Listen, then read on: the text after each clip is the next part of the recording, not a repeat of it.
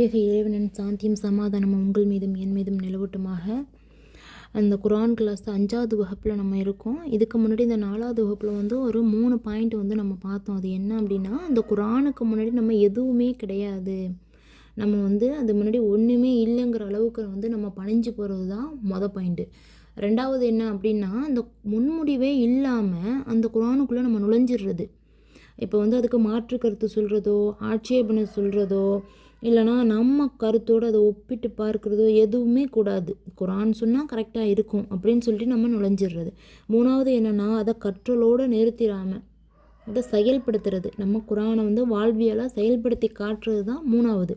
இப்போ அதனுடைய தொடர்ச்சியாக தான் இந்த வகுப்பில் பார்க்க போகிறது என்னென்னா 4வது பாயிண்ட்டு. இது வந்து ரொம்ப ரொம்ப முக்கியமான ஒரு அம்சமாக இருக்குது இந்த குரானை நெருங்கிறதுக்கு. இது வந்து ரொம்ப கவனத்தோடையும் ஒரு ஈர்ப்போடையும் செய்யணும். இது என்ன அப்படின்னா, தடைகளை வந்து உடைத்தல். இதுதான் வந்து 4வது பாயிண்ட்டு. இப்போ இந்த 4வது பாயிண்ட்டு எப்படின்னா, இந்த தடைகளை உடைத்தல் அப்படிங்கிறது வந்து ரொம்ப முக்கியமானது. நம்ம குரானோட ஒன்றிணைஞ்சு போகிறதுக்கு, இந்த குரானோட நெருங்கி போகிறதுக்கு நமக்கு என்ன தடையாக இருக்குது, இந்த குரானை புரிஞ்சிக்கிறதுக்கு நமக்கு என்ன தடையாக இருக்குது அப்படிங்கிறத வந்து நம்ம சிந்திச்சு, நம்ம அது என்ன அப்படிங்கிறத யோசித்து அதை நம்ம வந்து புரிஞ்சு அதை தடை செய்கிறது, அதுதான் அந்த வெற்றிக்கு அடிப்படை. நமக்கு என்ன தடையாக இருக்குங்கிறத நம்ம சிந்திக்காத வரைக்கும், அதை நம்ம தெரிஞ்சிக்காத வரைக்கும் நம்மளால் குரானுக்கிட்ட நெருங்க முடியாது. நம்ம அதுக்கிட்ட நெருங்கணுன்னா அந்த தடையை உடைக்கணும். உடைச்சாதான் அந்த குரானோடு நெருங்கி நம்ம வந்து முழுசாக வந்து அதோட பயணிக்க முடியும். அப்படி இல்லைன்னா நம்ம குரானுக்கு கொஞ்சம் விலகி தான் நம்ம நிற்போமே தவிர குரானுக்கிட்டே போக முடியாது. ஆனால் மேலோட்டமாக பார்க்கும்போது நம்ம குரானோட தான் நம்ம ஒன்றா தான் இருக்கிற மாதிரி தோணும்.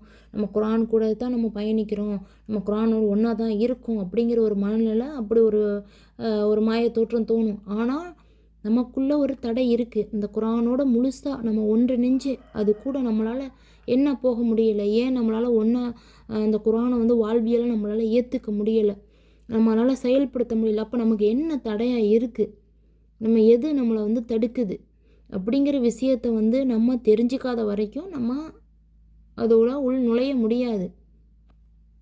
அப்போ அந்த தடையை உடைக்கிறதுக்கு நம்ம வந்து முயற்சி செய்யணும். நமக்கு என்ன தடையாக இருக்குது அப்படிங்கிறத முயற்சி செஞ்சு நம்ம அந்த தடையை உடைக்கிறதுக்கு முயற்சி செஞ்சாலே அல்லாஹ் நமக்கு வழிகாட்டுவான் அப்படிங்கிறது வந்து இறைவனே வந்து 29வது அத்தியாயம் 69வது வசனத்தில் அல்லாஹ் சொல்கிறான். மேலும் நம்முடைய வழியில் யார் வந்து முயல்கிறார்களோ, முயற்சி செய்கிறாங்களோ அவங்களுக்கு நிச்சயமாக வந்து நான் நேரான வழியை வந்து நான் காட்டுவேன், அந்த வழியில் அவங்கள செலுத்துவோம். மேலும் நன்மை செய்பவர்களை தான் அல்லாஹ் வந்து நன்மை செய்பவர்களோடு தான் நான் இருக்கேன் அப்படிங்கிற ஒரு வாக்குறுதியும் வந்து அல்லாஹ் வந்து நமக்கு கொடுக்குறான். ஆக அந்த வழியில் நம்ம வந்து இறைவனோட வழியில் நம்ம போகணும் அப்படிங்கிறதுக்கு முயற்சி எடுத்தாலே அவன் அந்த நேர் வழியில் செலுத்துவேன். நம்ம அதுக்கு முயன்றாலே போதும். நம்ம இறைவன் வந்து அந்த அல்லாஹ்வுடைய வழியில் வர்றதுக்கு தான் நம்ம முயற்சி செய்கிறோம்.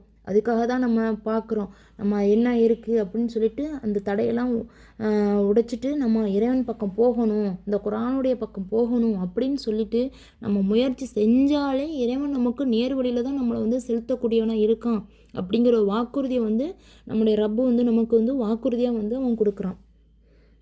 மேலும் இந்த சைத்தானுடைய அந்த தூண்டுதல், அந்த குறுக்கீட்லேருந்து நம்ம வந்து பாதுகாக்கணும், இந்த குரானோடு நம்ம முழுசாக பயணிக்கணும் அப்படின்னா நம்ம என்ன செய்யணும், அந்த குரானுக்கிட்ட நெருங்கிறதுக்கு முன்னாடியே நம்ம என்ன செய்யணுங்கிறது வந்து இறைவன் வந்து நமக்கு ஒரு கட்டளையாகவே வந்து சொல்கிறான். 16வது அத்தியாயம் 98வது வசனத்தில் சொல்கிறான்.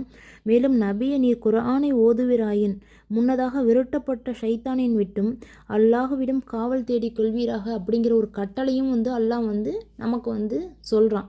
நீங்கள் வந்து குரானை ஓதுறதுக்கு முன்னாடியே நீங்கள் என்ன பண்ணணும், ஷைத்தான்ட்டேருந்து நீங்கள் பாதுகாப்பு என்னிடத்துல கேளுங்க அப்படின்னு இறைவன் வந்து சொல்கிறான். அதாவது நமக்கு வந்து நம்மளோட இறைவன் நம்மளை படைச்சி நம்மளை பரிபோக்கப்படுத்தி எல்லாமே கொடுத்து நம்மளை வச்சோம். நீங்கள் எப்படி செயல்படணுங்கிற விஷயத்தையும் நமக்கு வந்து சொல்கிறான். நீ என்னிடத்துல பாதுகாப்பு தேடு, நீ என்னை நோக்கி நீ வர செஞ்சாலே, நீ எனக்காக வர்றதுக்காக நீ முயற்சி எடுத்தாலே நான் உனக்கு நேர் வழியில் உன்னை செலுத்துகிறேன் அப்படிங்கிற அந்த கருணையால் வந்து நமக்கு வந்து ஒரு வாக்குறுதியை கொடுக்குறான்.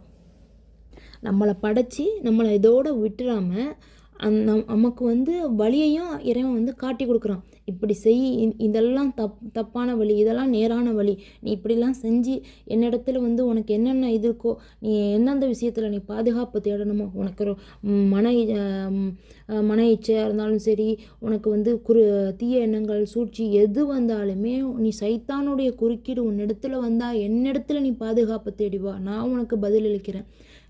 நீ என்னிடத்துல பாதுகாப்பு தேடி வந்தாலே உனக்கு நான் வந்து நேர் வழியை நான் கொடுக்குறேன் அப்படிங்கிற வாக்குறுதியை அவன் வந்து கொடுக்குறான். இப்போ இந்த சைத்தானுடைய குறுக்கீடு வந்து நம்மளால் வந்து தனியாக வந்து நம்மளால் வந்து அதை வந்து எதிர்கொள்கிறது வந்து ரொம்ப ரொம்ப கஷ்டமான காரியம். அதை வந்து நம்மளால் வந்து கட்டுப்படுத்த முடியாது. நம்மளுடைய எண்ணங்களை வந்து சித்த நேரத்தில் வந்து அவன் வந்து மாற்றிட்டு போயிடுவான். நம்ம ஒரு வேலையிலேயே ஈடுபாட்டோடு இருப்போம். செத்த நேரத்தில் வந்து வேறு எண்ணத்தை வந்து நம்ம மனசில் வந்து ஊசலாட்டத்தில் போட்டுட்டு நம்மளோட எண்ணத்தை வந்து திசை திருப்பிடுவான் ஈஸியாக. நம்ம ஒரு வேலையில் ஈடுபட்டாலும் இது வேணாம் அப்புறம் பார்த்துக்கலாம் அப்படிங்கிற ஒரு நோக்கத்தோடு நம்மளை வந்து மாற்றி விட்டுருவோம். சரி அப்புறம் பார்த்துக்குவோம் அப்படின்னு நம்ம ஈஸியாக போயிடுவோம். அது நல்ல விஷயங்களாகவும் இருக்கும், தீய விஷயங்களாகவும் இருக்கும். எல்லா விஷயங்கள்லேயும் அந்த ஒரு திசை திருப்பக்கூடியவனில் வந்து ரொம்ப வல்லவனாக இருக்கான் அந்த சைத்தான். அப்போ அந்த சைத்தானுட்டேருந்து நம்ம பாதுகாப்பு தேடினா என்னிடத்துல பாதுகாப்பு தேடு அப்படிங்கிற ஒரு கட்டளையை அல்லாவே சொல்லி கொடுக்குறான் நமக்கு. அவனுடைய குறுக்கீடு வந்தால் நீ என்னிடத்துல வா, நான் உனக்கு வந்து வழிகாட்டுறேன். இப்போ வந்து அந்த சைத்தானை வந்து நம்மளால் கட்டுப்படுத்த முடியாது, நம்மளால் அவனை வந்து எதிர்கொள்கிறது கஷ்டம். ஆனால் அகில உலகத்தையும் பரிபக்குவப்படுத்தி படைச்சி இருக்க அந்த ரப்புனால் அந்த சைத்தானையும் படைச்சா அந்த இறைவனிடத்தில் நம்ம போய் கேட்குறப்ப அது முடியும், நம்மளால் முடியாது. ஆனால் அவனையே படைச்சவன்கிட்ட போய் நம்ம வந்து அவனிடத்தில் வந்து முறையிடுறப்ப அவனால் கட்டுப்படுத்த முடியும், அவனால் நம்மளுக்கு நேர்வழி கொடுக்க முடியும். அப்போ படைச்சவன்ட்டே நம்ம முறையிடுறது தான் ஏற்புடையது.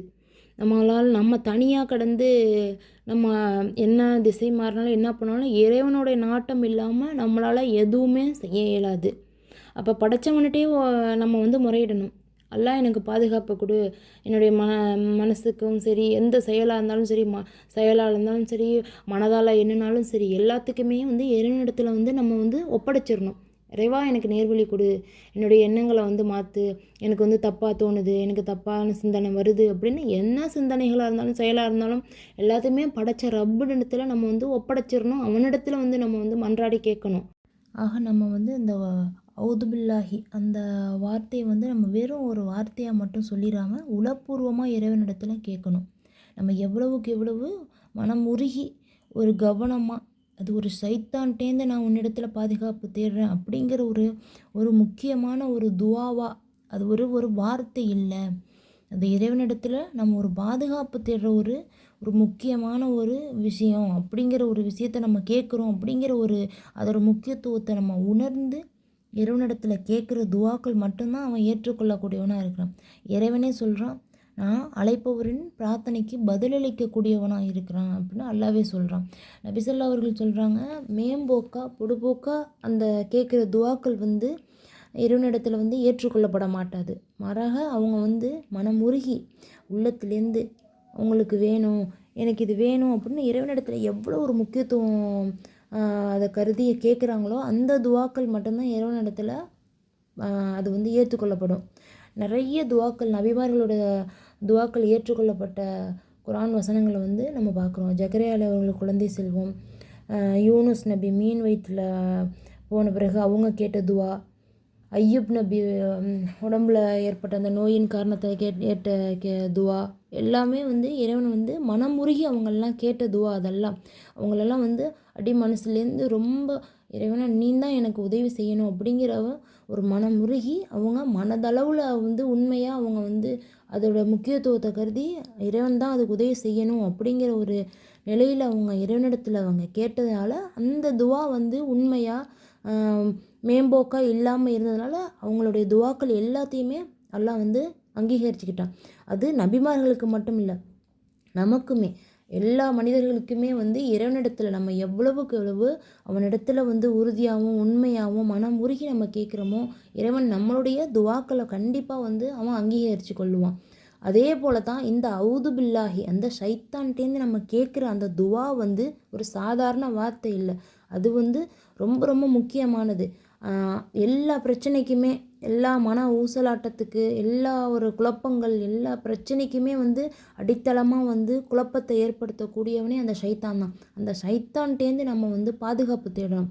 அப்போ அந்த அந்த பிரச்சனைக்கு எல்லாம் காரணமானவனே அந்த ஷைத்தான். அவன்கிட்டேருந்து நான் உன்கிட்ட பாதுகாப்பு தேடுறேன்னு அந்த துவாவை நம்ம சொல்கிறப்ப வெறும் வார்த்தையாக சொல்லிடாம அதை நம்ம வந்து ரொம்ப உணர்வு பூர்வமாக இறைவனிடத்தில் வந்து நம்ம வந்து மனமுருகி கேட்டோம்னா கண்டிப்பாக வந்து இறைவன் வந்து நம்மளோட துவாக்களை அங்கீகரித்து கொள்வான். அதே போல் வந்து அந்த ஷைத்தானுக்கு வந்து எல்லாரையும் வழிகெடுக்கணும் அப்படிங்கிற ஒரு எண்ணத்தை விட அந்த நேர் வழியில் செல்லணும். நம்ம வந்து குரானை கற்று நம்ம வந்து நல்ல விதமாக இறைவனிடத்தில் தொழுது ஓதி நேர் வழியில் செல்லணும் அப்படின்னு நினைக்கிறவங்கள தான் அவன் வந்து மெயினாக வந்து டார்கெட் பண்ணுறான்.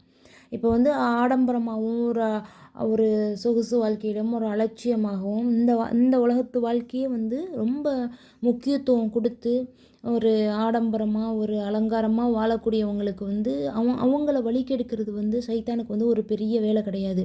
அவங்க எப்பயுமே வந்து அவங்க மேம்போக்கான வாழ்க்கையை தான் வாழ்ந்துக்கிட்டு அவங்க ஒரு மறுமை மேலே ஒரு நாட்டம் இல்லாதவங்களை வந்து வழிகெடுக்கணும்னு அவசியம் கிடையாது. அவங்க போக்கிலே விட்டு அவங்க அதிலே அவங்க தொடர்ந்து போவாங்க. ஆனால் வந்து நேர் வழியில் செல்லணும் அப்படிங்கிறவங்கள வந்து அவன் குறி வச்சு திசை திருப்புறது தான் வந்து அவனுக்கு வந்து ஒரு முக்கியமான ஒரு அம்சமாக இருக்குது. அதில் வந்து நேர் வழியில் அந்த குரானை கற்று நம்ம இறைவனிடத்தில் நம்ம நேர் வழியில் செல்லணுங்கிறவங்க தான் வந்து இறைவனிடத்தில் கண்டிப்பாக வந்து நம்ம கேட்கணும். எனக்கு வந்து எண்ணங்கள் திசை திருப்புறாப்புல இருந்தாலும் சரி, செயல்கள் இதாக இருந்தாலும் சரி, இறைவனிடத்தில் இறைவா என்னுடைய செயல்களும் எண்ணங்களும் வந்து எனக்கு வந்து ரொம்ப வந்து சைத்தானுடைய குறுக்கீடு இருக்குது, எனக்கு கண்டிப்பாக உன்னுடைய உதவி வேணும், உன்னுடைய பாதுகாப்பு வேணும்னு நம்ம மனவுருகி கண்டிப்பாக கேட்கணும். ஆக இந்த சைத்தானுடைய தூண்டுதல்லேருந்து பாதுகாப்பு தேடுற அந்த துவாவை அவுதுபில்லாஹியை வந்து வெறும் வார்த்தையாக இல்லாமல் நம்ம அனைவரும் வந்து இறைவனிடத்தில் உளப்பூர்வமாக கேட்டு அந்த சைத்தானுடைய தூண்டுதல்களையும் அந்த வழிகேடுகளையும் அவனுடைய சூழ்ச்சிகளையும் வந்து இறைவனிடத்தில் பாதுகாப்பு பெற்று அதை முறியடித்து அனைவரும் நேர்வழியில் பயணிக்க இறைவன் அருள் செய்வானாக. அஸ்ஸலாமு அலைக்கும் வரஹ்மத்துல்லாஹி வபரகாத்துஹு.